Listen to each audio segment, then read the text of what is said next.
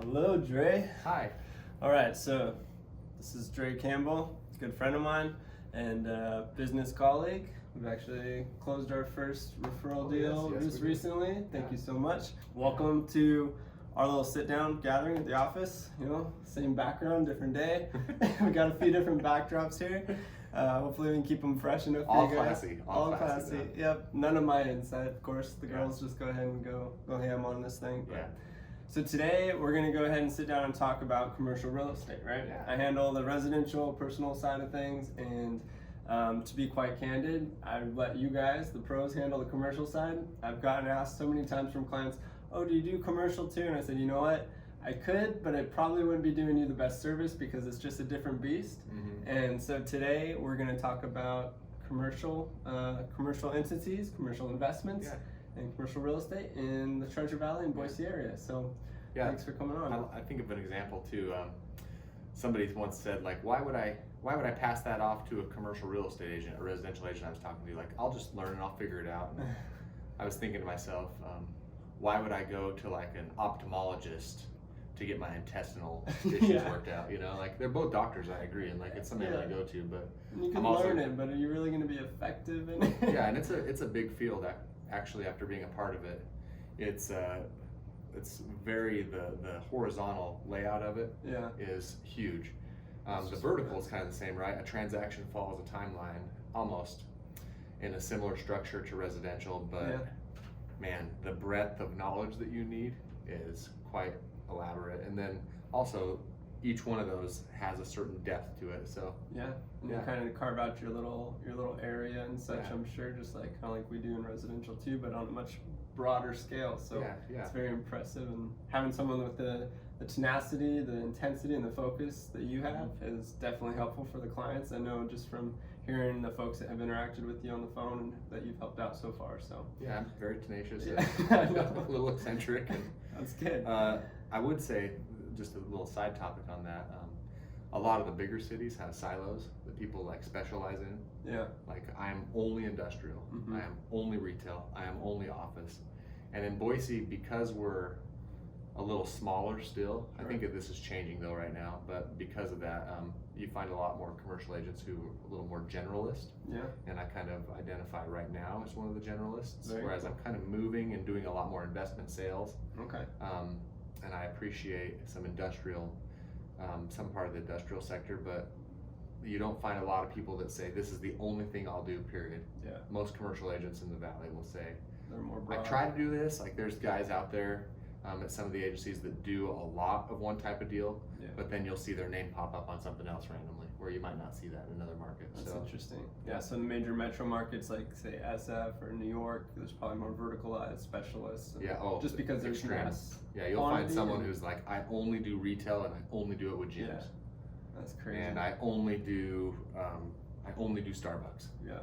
And sometimes those companies will actually hire commercial agents, and they'll be their in-house commercial help, and they'll just go around the country and tour that. At that scale, maybe one day Boise will be there, but we're just not there yet, so got to be a jack of all trades.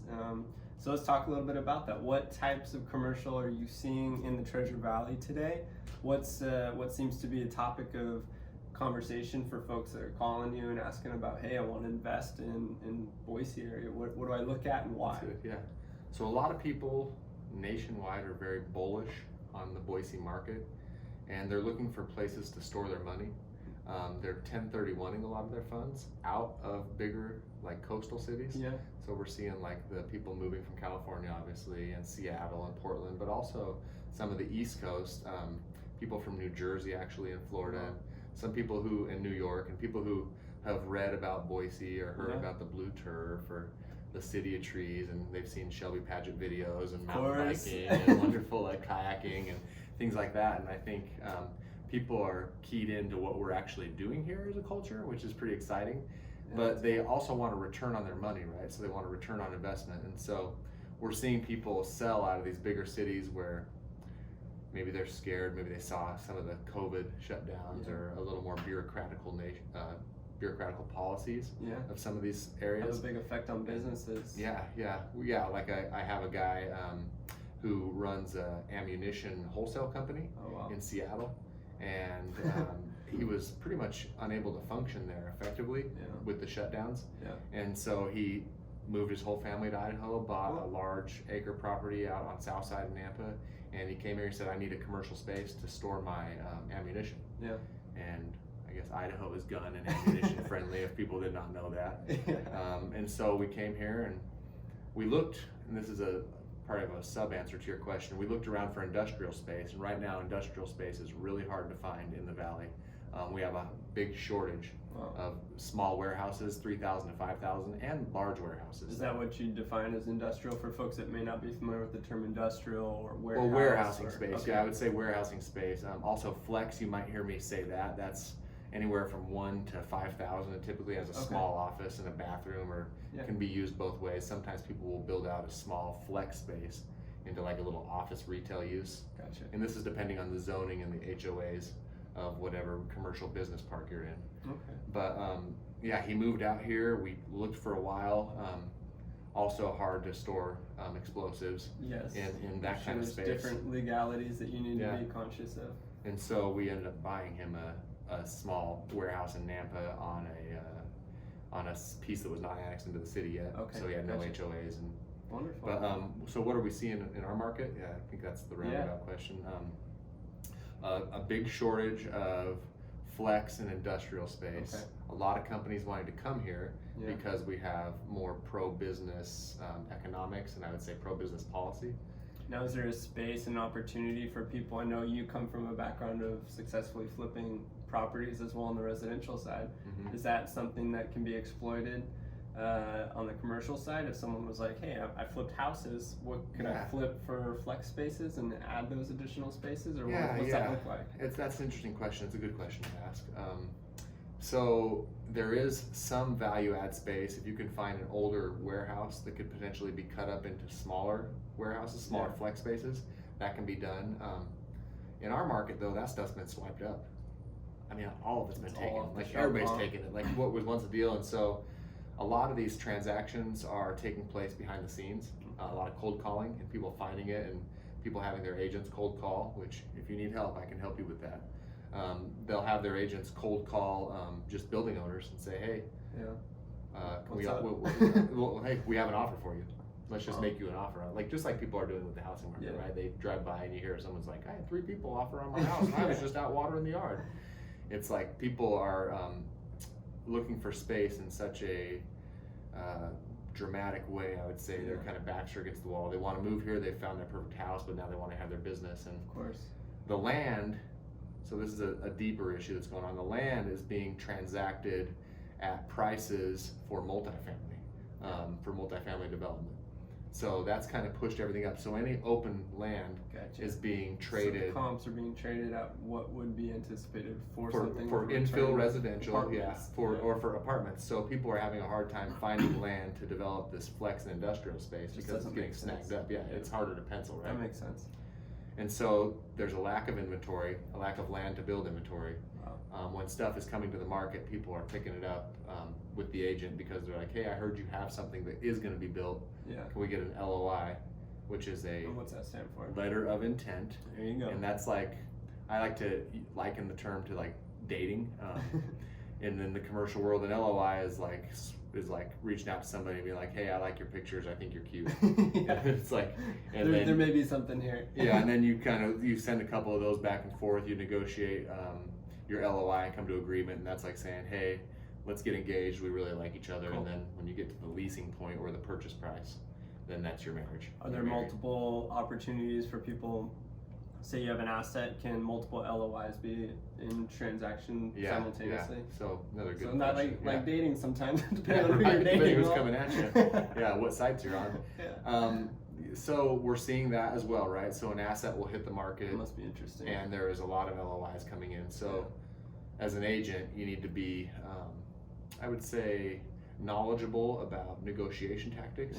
And I would even argue you need to be solid with your rapport building ability. Sure. Because if you can talk to the other agent or the owner, and you can get key insights to help you determine what the seller is looking for, and what's on the table potentially, and what the motivation is of the seller to kind of help that transaction get across the finish line. People diminish, I think, now more than ever with all these automated, service platforms out there for real estate or for investing or these things.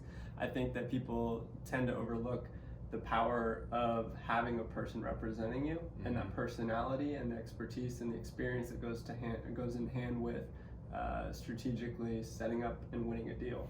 It's easy to overlook when you're using it, but the second it's gone, I think that a lot of people they won't realize the benefit of having someone go to bat for you and establish, like you said, establishing rapport. That's not something you can learn 4 + 4. That's a learned trait and personality to have it that takes a long time to really understand.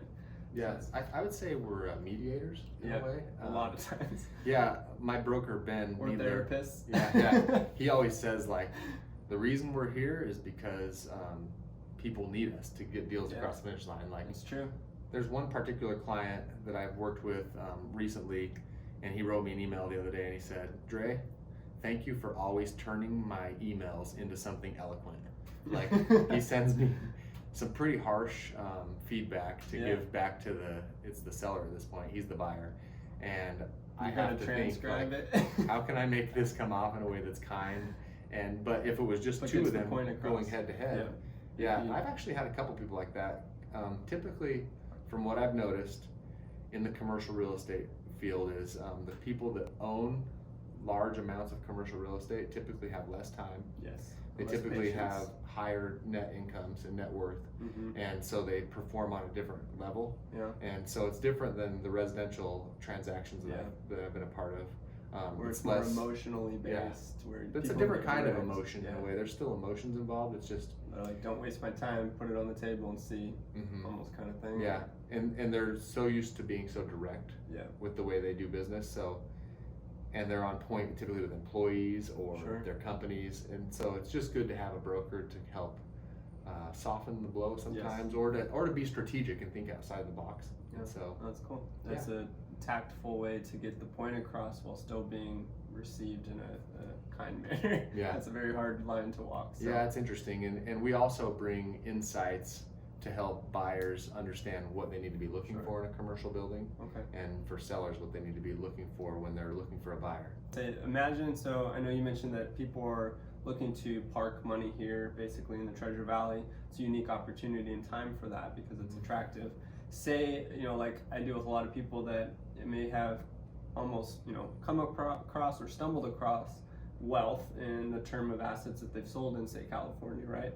And all of a sudden they've sold an asset that they never had a net worth of over, a few $100,000. Now they have $3 million sitting in the bank that needs 1031. For those of you that don't know what a 1031 is, it's a tax, basically tax policy that allows you to be tax exempt on all proceeds from the sale of an investment style property, as long as it transitions into another one. There's lots of rules around that. I have videos on that if you want to see. But basically, if I were to 1031 my proceeds, say I had a few $1 million from the sale of investment single family properties or multi-units, which is a totally different space, and I wanted to come to Idaho, what would you advise, or what would you suggest that where would we start? If I said, hey Drey, I want to get into commercial, I've got $3 million, what do I do? I've never done this. Yeah, that's good. First of all, I would say don't sell right away. Meet with somebody and talk and say, ticking time bomb. Let's get a little bit of a game plan going. Let's kind of identify kind of a geographical area you want to be in and an asset class you want to be in, and then we can kind of scratch the surface a little bit because there's such limited inventory. I think if we had a plethora of inventory on the market, it would be different. Sell and we'll just figure it out and we can get something locked up. But so I would advise that, and then if somebody were to come to me and say, I have $3 to $4 million of 1031 funds, which this conversation happens 25 times a week, it feels like, because everyone is coming here and saying, here's the exact conversation. I have money, I don't know what to do. I have 1031 money, I want apartments in Idaho. I want multifamily apartments in Idaho. And that is a really hard asset to find right now. A lot of it was trading hands 5 to 6 years ago.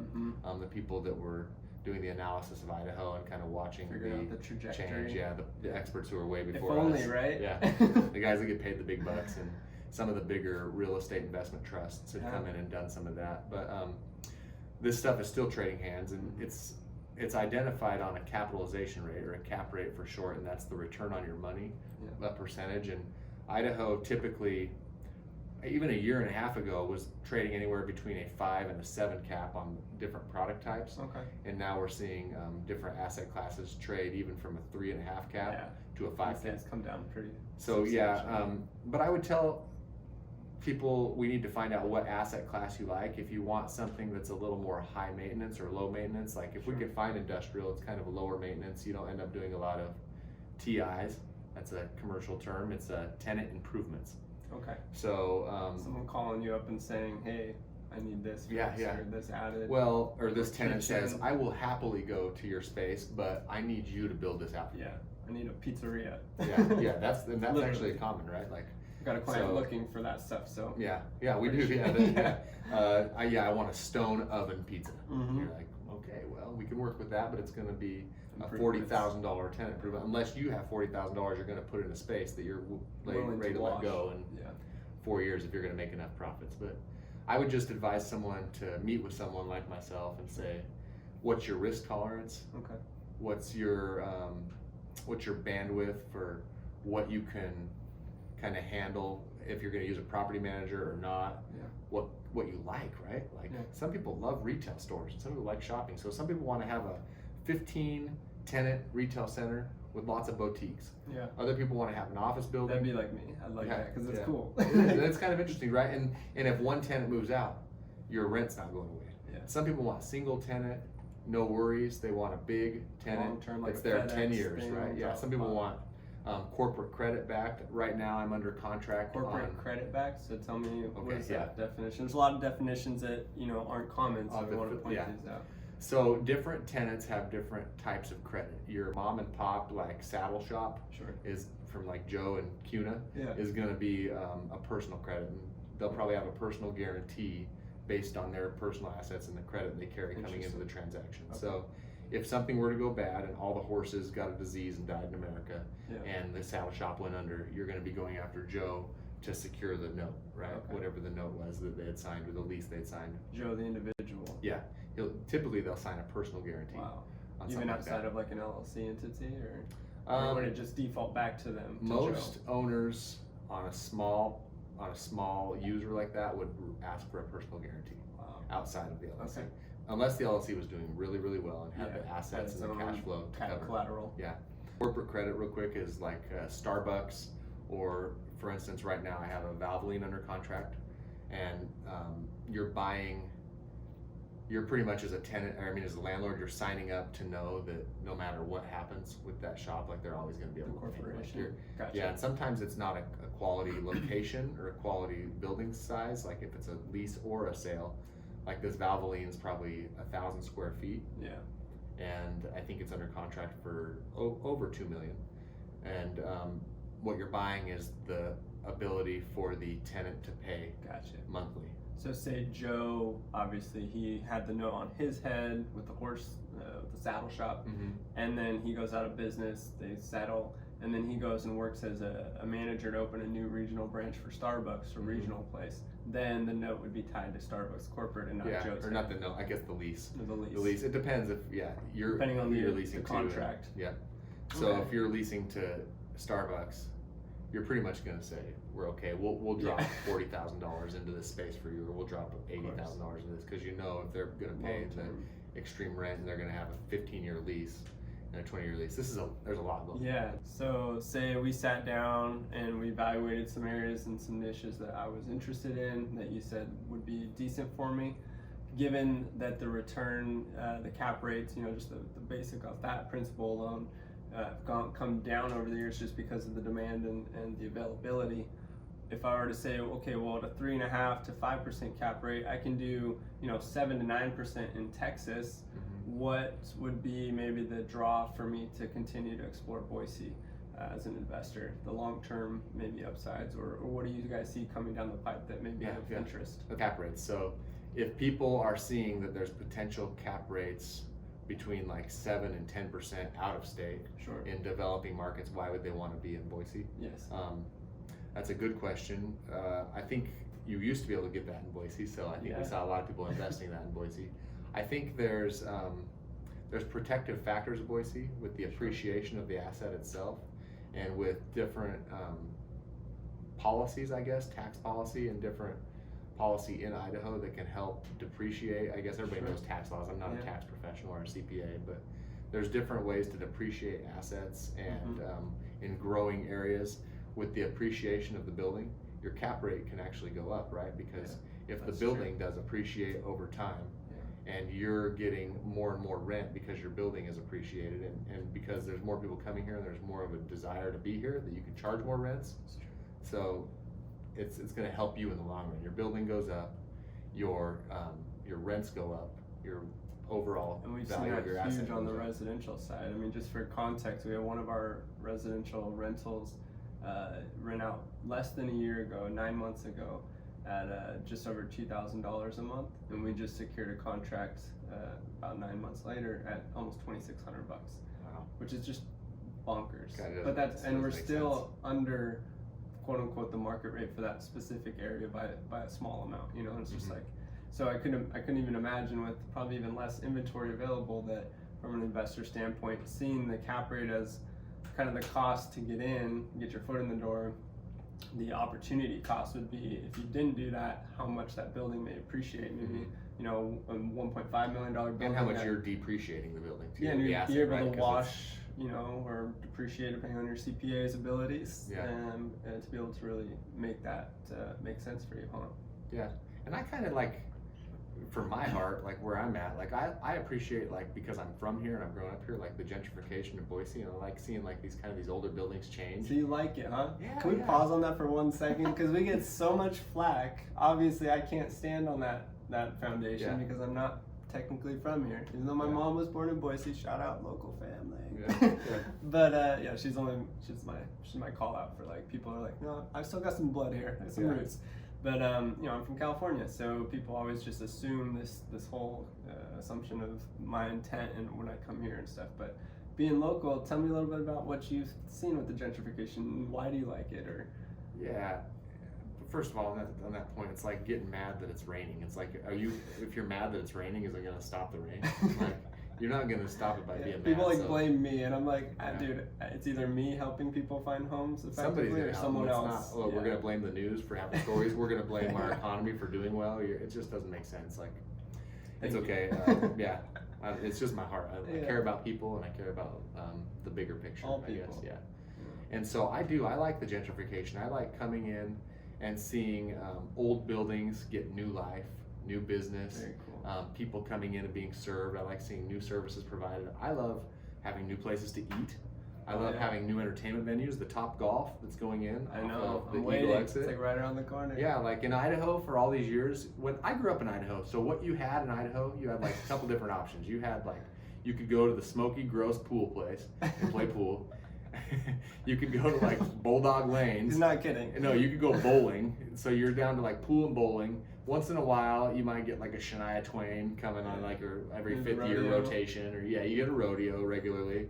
But the opportunities for entertainment venues, I mean, now you can go out and throw axes. You're going to be able to do watched pop Josh golf. Groban and downtown the Botanical Gardens. That's exciting. So cool.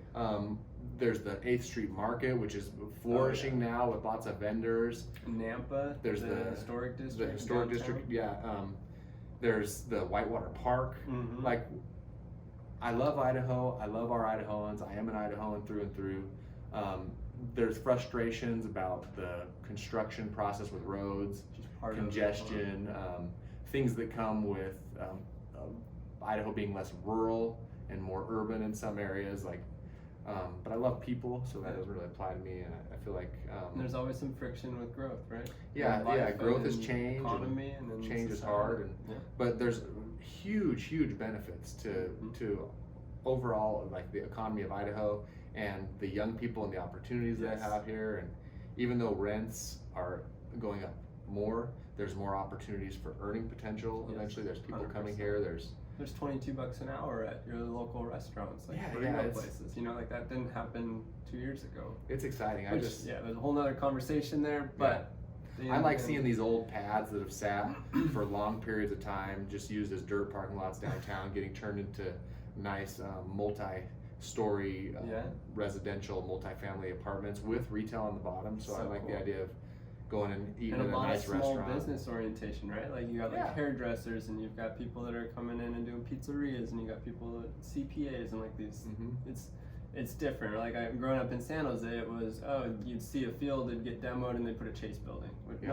Nothing against Chase, but it's a different cause and effect. I feel like here, as you said, there's more preservation or intent to really help and align with the small business owner, which is just so cool. I also like to see kind of the little commercial hubs that go in these areas where they're booming residentially. Mm-hmm. So if you go to Star and you look at the new Albertsons going in, and you can kind of see the little commercial hub going in around there. We got one in Meridian, right by our house. We're super excited. That's nice. Put nice. some restaurants and Albertsons in. And to see and kind of watching, like, I think that's kind of the fun part, is watching developers snag up these residential pieces of land which are being sold at a premium. If you know anything about that, the Sometimes Toll Brothers and the 6X. Corey Barton, and like Hubble, like the way they're grabbing this land up. But it's fun to watch these residential communities get platted and get set up, and then see the little 8 or 6 acre piece that's going to be used for commercial, and just being like, I wonder what the good fit is going to be there.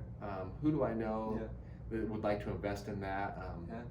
You know, how can I help somebody? Because how can I help somebody to think, I want to purchase that? What kind of pad would they put there? What kind of building would they help construct that would bring the right kind of business owners? And it's an exciting time. It's and you can help from beginning to end with all these types of processes, right? Yeah, and I kind of like from a coffee shop to a bowling alley, maybe to a guns and ammunition. It's interesting, right? Yeah, that's cool. There's all kinds of things. I like the idea that where we live now is not going to hamstring us from the quality of life you can have. I like seeing that there's different residential communities that are growing, and you can be like, in the model that we're kind of moving to kind of smaller neighborhood subsects, where you can go, like, I'm going to go hit up the local like Twisted Timber out there, and like you're going to go these little I meet my places. father-in-law all the time. Like, but it's cool, right? It's like a little gym, a Twisted Timber, a little multi-tenant marketplace, and I appreciate what's going on with the changes. I like that. Yeah. So let's talk a little bit about, if you wanted to get into commercial investing and you may not be this guy with tons of money in the bank account, what's a great option that's been popular recently for people to kind of explore? Yeah, so there's a lot of different ways to start your investing in commercial real estate. We actually sat on a call about maybe 8 months ago where we actually looked at opportunity where it was syndicated. It was kind of cool. You're right, a syndication call. Yeah, that's one of the ways. Those are actually becoming more and more popular. I'm seeing syndications. There's a guy named AJ Osborne, and he's a local guy here who's done a lot of storage unit sales. And he's teamed up with a girl named Investor Girl Britt, if you follow her on their Bigger Pockets people. She just did her first big storage unit purchase. Right. She does all the house flips, and then now she's transitioned to commercial. So they've moved into a syndication model, and there's some big syndicators here in the valley that. Now, at a high level, layman's terms, what does syndication look like, and what does it mean for I guess everyday guy? To break that term down, it's just like a group of friends, right? Maybe not friends, a group of business partners together. Could be. People syndicating and coming together to do to provide a fund that buys property, and then they're paid out respectively based on the percentage that they buy. Cool. So you just get I can't go out right now. I'm not going to go out and buy a $2 million asset. Yeah, I don't. But you and me and 5 other friends, maybe we can. We could come out together, and we only have to really come up with the down payment, right? So you get the velocity of a major asset with the investment of what's something more reasonable for us. And with commercial lending, a lot of the times, it's not upon the individual's net worth and their individual's credit, although it should be, good enough to probably purchase an asset. But you don't have to have the strength and power to buy a large asset on your own. There's ways to leverage, so you can go to lenders and talk about down payments. There's 504 programs that you can learn about. There's just regular conventional products. There's hard money lending options. I'm not a lender by trade. I can point you in the direction of lots of lenders if anybody wants that. But find a lender that you trust that's really good. I have a couple resources to some commercial lenders that I can put you in touch with, whether it be regular conventional commercial lending, if you need hard money, if you want to be a part of a syndication, or if you want to do the 504 side. Hit me up, we'll take care of it. Find somebody you trust who's good with money. We both like a guy named David Moberly. Been a friend of Referrals mine are for wonderful 10 years. 'cause Yeah. you know them, you've worked Yeah. with them, you know what to expect and how they're going to serve you as a client. We talked kind of about like, Facebook groups. yeah, we both have a Facebook group here. This one's going to be posted in your group. Buying Boise, investing, finance, planning, and property, real estate, all that fun stuff. It's a discussion place for people to learn and explore and share. Yeah, I'm a part of two other groups. There's the Boise Real Estate Investors Group and the Idaho Real Estate Investors Group, and I think they're both great. They're really focused on residential purchases and flipping and wholesaling, etc. If you want to join a commercial focused group, I have the Idaho Commercial Real Estate Investing Group that's also on there. There is a criteria to get in that you've had to have at least worked on or been a part of at least one commercial transaction or are planning to be a part of one. A couple questions that will get asked in the beginning. So if you want to join, serious people. yeah, it's people who are really taking their investing serious. It's not people who are just on the fringes wanting to just kind of learn from periphery. We're asking for people that have done or are doing things so we can share the knowledge together. Perfect. And anything lastly? Lastly, you're a doctor. Done my bio. yeah, three times.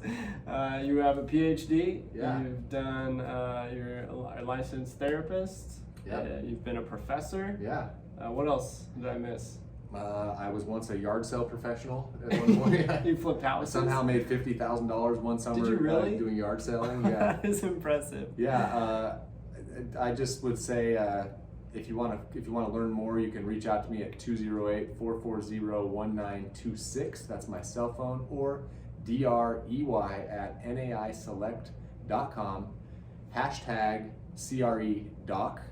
And yeah, that's commercial real estate doc as my attempt at branding.